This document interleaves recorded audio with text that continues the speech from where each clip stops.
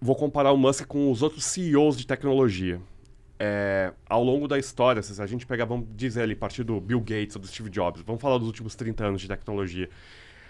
Tradicionalmente, esses caras, obviamente, eles flertam com o poder, eles financiam os seus candidatos preferidos, mas eles não assumem uma posição de liderança e até no momento em que o governante é eleito, eles, obviamente, ficam nas sombras e mantêm conversas. É uma postura muito diferente, né, do que o Musk assumiu a partir desse ano, né? Por que vocês acham que isso aconteceu?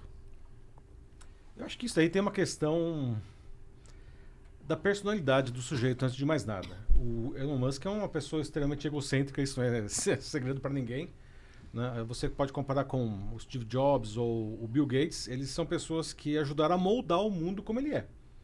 Sem dúvida nenhuma, não. Bom, o Jobs particularmente, ele mudou o mundo várias vezes, né? Quando ele facilitou a microinformática, depois com a interface gráfica, depois com o iPhone, o iPod antes, não, são coisas que mudaram o mundo dramaticamente. A maneira como nós nos relacionamos com a tecnologia, como nós nos relacionamos com nós mesmos, não? E o Bill Gates, mais ou menos na mesma toada, né? O Bill Gates, inclusive, de uns anos para cá, né? Aliás, já de muitos anos para cá, com a fundação dele, ele entrou em outras searas, aí a questão de doenças, né? Mas nenhum deles tinha essa característica do Elon Musk de querer influenciar as pessoas, né? O Steve Jobs nunca tentou mudar a maneira como as pessoas pensavam, ou dizer, nossa, eu vou influenciar em quem elas votariam, por exemplo. Embora o Jobs fosse explosivo. Sim, mas ele estava... Era uma explosão contida.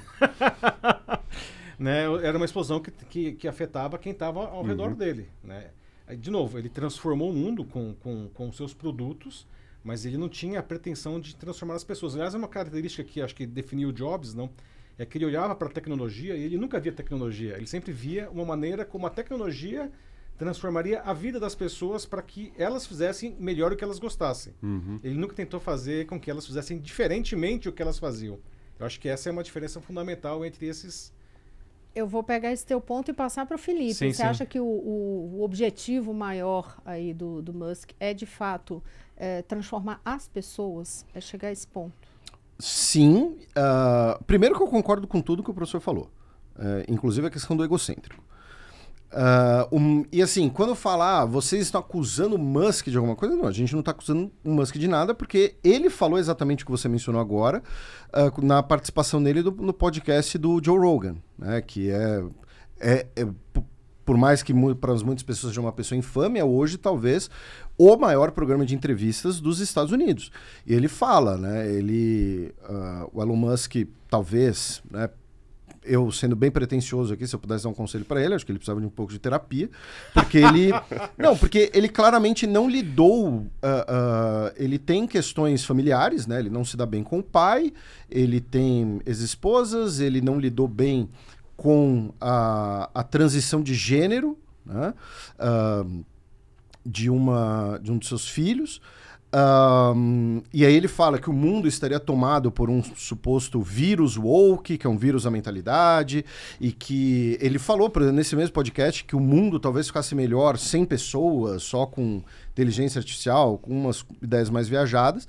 Então ele claramente tem uma questão de influenciar a mentalidade, especialmente pensando no cenário dos Estados Unidos.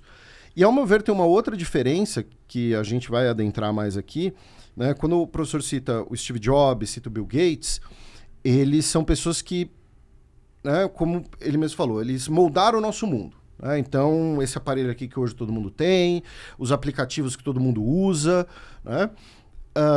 E o Bill Gates, especificamente, com a fundação dele, ele pensa muito em questões de saúde, ele pensa em deixar um legado que seja a erradicação de alguma doença, ou eventualmente a cura do câncer, né? O Elon Musk, por diversas outras razões, inclusive preferências pessoais, ele é um cara muito fascinado com exploração espacial, o que é perfeitamente válido, inclusive porque, por exemplo, eu também sou. Só que o que acontece? A exploração espacial, o Bill Gates financiar vacinas ou financiar curas de doença envolve universidades, pesquisadores, cientistas, você trabalhar com exploração espacial, isso literalmente significa trabalhar com hard power, né? Significa trabalhar com tecnologia militar, porque, como eu costumo brincar, a diferença entre um foguete e um míssil é o destinatário. Né? Então, ele quer chegar em Marte, ele quer que o legado dele seja a colonização de Marte. Ou seja, isso significa trabalhar com tecnologias muito sensíveis, tecnologias ligadas ao mundo militar. Consequentemente, o hard power dele hoje, né, talvez seja o maior novamente, de um homem privado na história. E a gente vai até falar mais disso. Então, tem também essa pequena diferença e que, quando eu coloco diferença, não é nenhuma hierarquização. Né? Claro, é uma preferência dele em um campo do conhecimento muito válido, mas que também, no caso do Elon Musk, tem um marketing muito grande em torno disso. Né? Como o Neil deGrasse Tyson fala, a SpaceX ainda não fez nada que a NASA nunca tenha feito.